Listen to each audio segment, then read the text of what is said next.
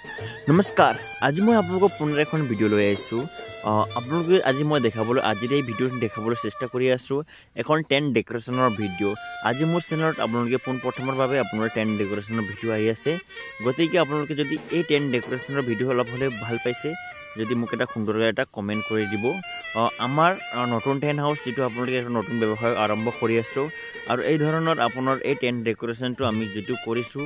আৰু লাইটিং ডেকৰেশ্যনো আমিও কৰিছোঁ আপোনাৰ টেণ্ট ডেকৰেশ্যনো আমি কৰিছোঁ এভৰিথিং যেটো লাগে আপোনালোকে সম্পূৰ্ণ ধৰণৰ টেণ্টৰ লগত কি লাগে আপোনাৰ লাইটিং জেনেৰেটৰ আপোনালোকে কি লাগে ডিজি লাগে সব আমাৰ লগত আপোনালোকে পাই যাব